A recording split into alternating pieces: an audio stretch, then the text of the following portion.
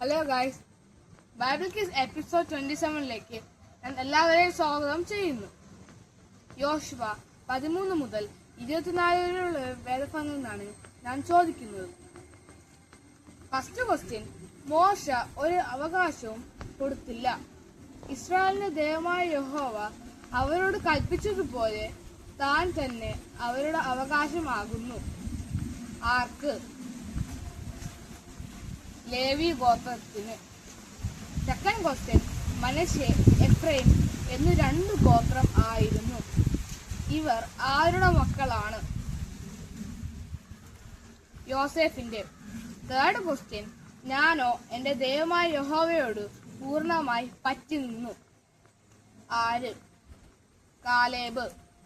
Fourth question, മോശ എന്നെ അയച്ച നാളിലെ പോലെ ഇന്നും എനിക്ക് ആരോഗ്യമുണ്ട്. കടവെട്ടുവാനും പോകുകയും വരികയും ചെയ്യുവാനും എന്റെ ആരോഗ്യം അന്നത്തെ പോലെ തന്നെ ഇന്നും ഇരിക്കുന്നു. ആര് ആരോട് പറഞ്ഞു? കാലേബ് യോശുവയോട്.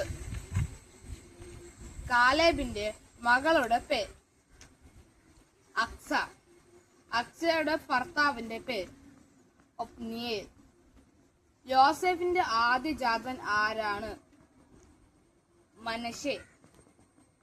ഇസ്രായേൽ മക്കളുടെ സഭ മുഴുവനും സമാഗമന കൂടാരം നിർത്താൻ എവിടെയാണ് ഒരുമിച്ച് കൂടിയത്? ഷീലോവിൽ.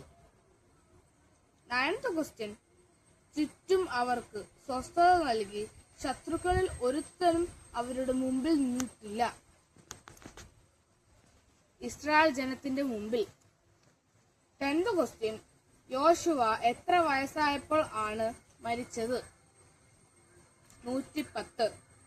11th ക്വസ്റ്റ്യൻ, യോശുവയുടെ പുസ്തകത്തിലെ ചെറിയ അധ്യായം ഏത്? 20ാം അധ്യായം. 12th ക്വസ്റ്റ്യൻ, അറാബയിലെ കടൽ എന്നറിയപ്പെടുന്ന കടൽ ഏത്? ഉപ്പുകടൽ. 13th ക്വസ്റ്റ്യൻ, ഇസ്രായേൽ ഗോത്രങ്ങൾക്ക് അവകാശം നൽകിയ ശേഷം എല്ലാവരെയും വിളിച്ചു കൂട്ടിയതെവിടെ? ഷേക്കേമിൽ. 14th ക്വസ്റ്റ്യൻ, യഹോവ തന്നെ ദൈവം എന്നതിന് ഇത് നമ്മുടെ മധ്യസാക്ഷി എന്ന് പറഞ്ഞത് ആരല്ല? രൂബേന്യരും ഗാദ്യരും. 15th ക്വസ്റ്റ്യൻ, ആരുടെ മക്കളോട് വാങ്ങിയ സ്ഥലത്താണ് യോസേഫിന്റെ അസ്ഥികളെ അടക്കം ചെയ്തത്? ഹാമോരിന്റെ. 16th ക്വസ്റ്റ്യൻ, അഹരോന്റെ മകൻ എലയാസറിനെ അടക്കിയത് എവിടെയാണ്? എഫ്രൈം പർവ്വതത്തിൽ. Thank you guys.